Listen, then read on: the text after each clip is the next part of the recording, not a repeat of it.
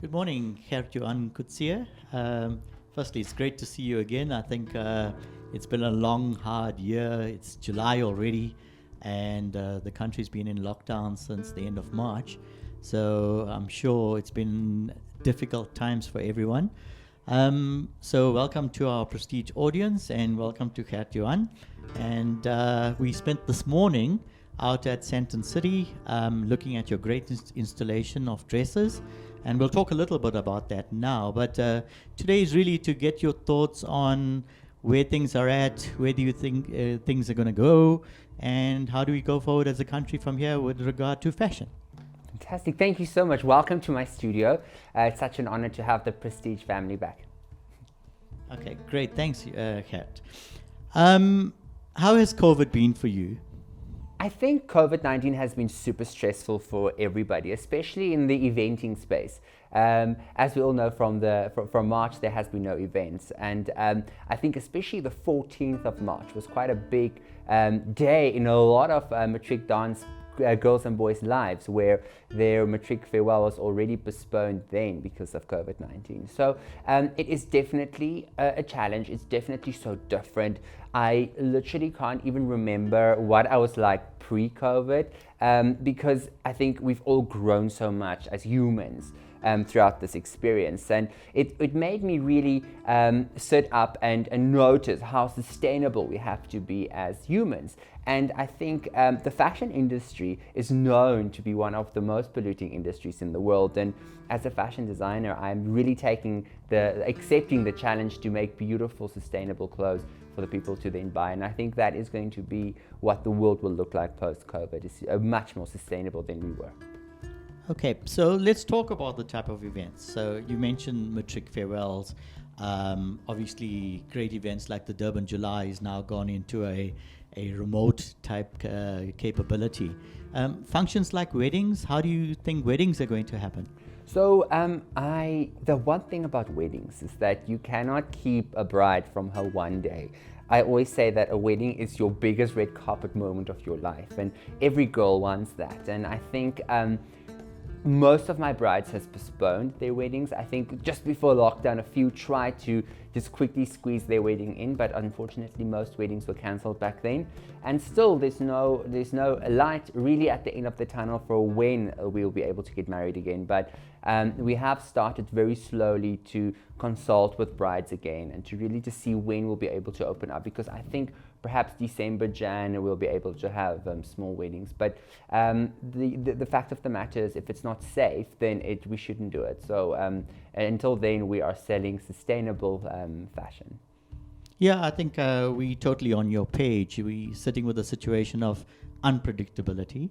The current spike that's happening now in South Africa in July is also cause for concern, as lockdowns have sort of tightened up further again, which means, the prediction of when an actual event can happen.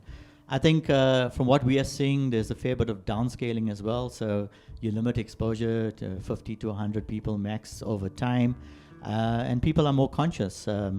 What we're also seeing is a bit of travel and how's that's going to be affected. And weddings might start to happen in more remote locations with smaller crowds, from what we are starting to see as a trend. Let's talk about casual wear. I see you've now got a range that's starting to come out. Is that driven from COVID, or was it something that started before? I think luckily we've always kind of like massaged this brand. It's called Gert. So it is our diffusion line. It's fun, it's young, it's day wear. It's lots of active wear. It is corsets, it's hoodies, it's sports luxe. It's very much what every girl can wear day to day moving around. We just kind of like moved the direction more from office wear to lounge wear, which was so effortless because the trends at hand is anyway a much more casual look and feel. So it's been effortless.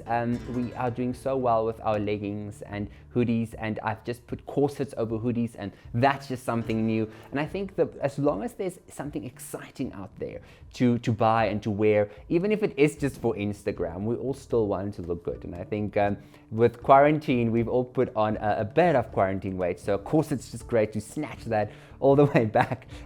But it's been great. It's been a challenge, but it's been a lot of growth. We've been doing masks. I've been, in the beginning of COVID, I've been trying to find a way to keep my employees busy and try and generate an income that way. But I think it has changed into a whole passion project of masks. I mean, now you need a mask to match every outfit, because now when we go out to the shops, it's an event, and you want to dress up a little bit. So masks are doing so well. We have the beautiful diffusion line, and then also we have the perfume that is just doing exceptionally well. So we have lots of other things happening to keep things exciting. I do miss doing these big elaborate ball gowns and going to these glamorous events, but I'm sure they'll be back in a different way soon, like you said as well.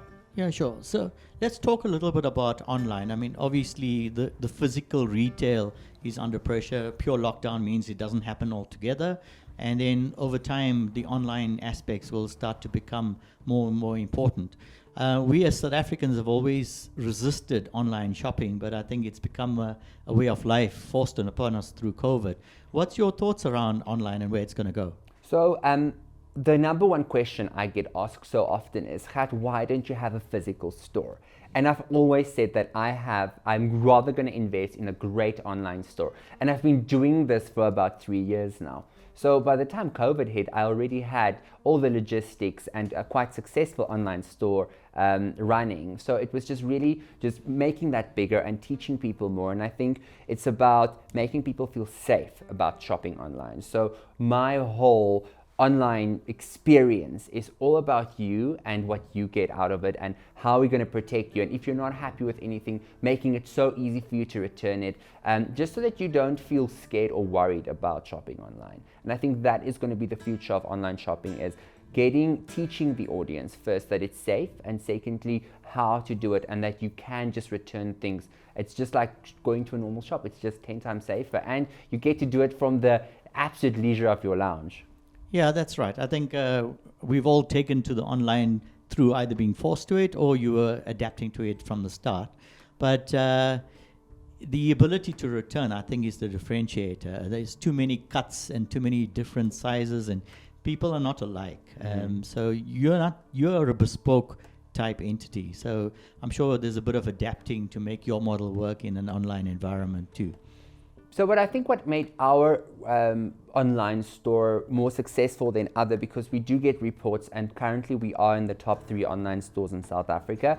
And why I think that is because of our social media backing.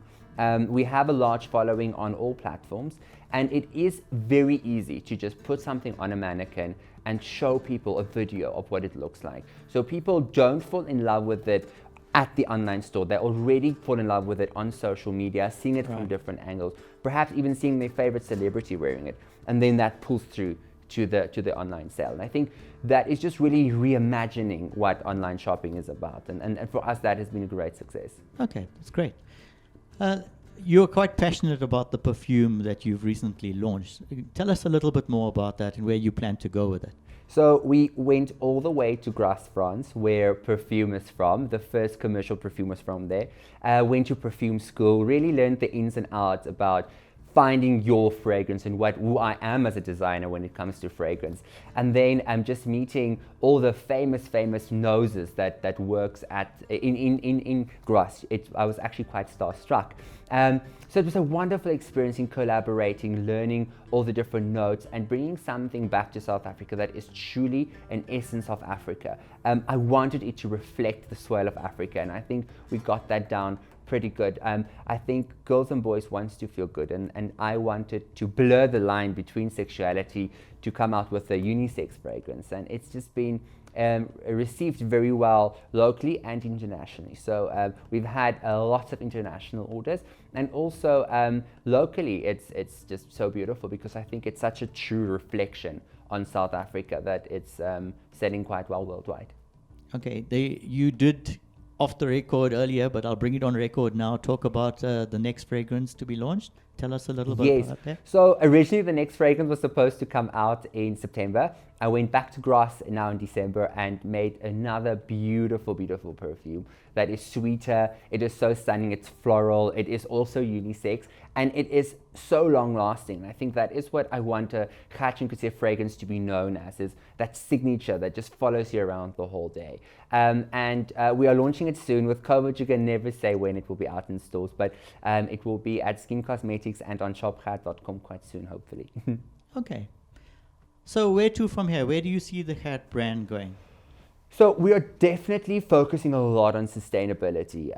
I want to create beautiful clothes that is not as impactful on the environment. And I think that is where all design should go from here. I think we should really ask ourselves, this t-shirt that I'm buying today, where will that land up in the next 5 years? Where do you see that happening? And really shape your purchase around things like that. So less polyester, more natural. And if it is polyester, let's look at recycled material so that everything is not fresh and new and virgin, so that we just really be kinder to Mother Earth. Because if COVID has taught us anything, is that all us humans are very vulnerable to the planet, and anything can happen, and we just really have to take care of our environment a little bit better. Okay, so if there's one message you would like to give to our audience and yours, what would that be now? I think the message would be, when it comes to fashion, is that you should really think more before you buy. I think you should really try and see how often you'd wear something and how it would fit into your wardrobe. I think as South Africans and as a developing country, we have a very quick buying culture. You see it, you buy it now. But I think we have to just really invest more in quality rather than quantity. Okay. Thanks so much for your time, Gert. It's been great seeing you again, and we look forward to further interactions with you in this post-COVID world. Thank you. It's beautiful. Thanks.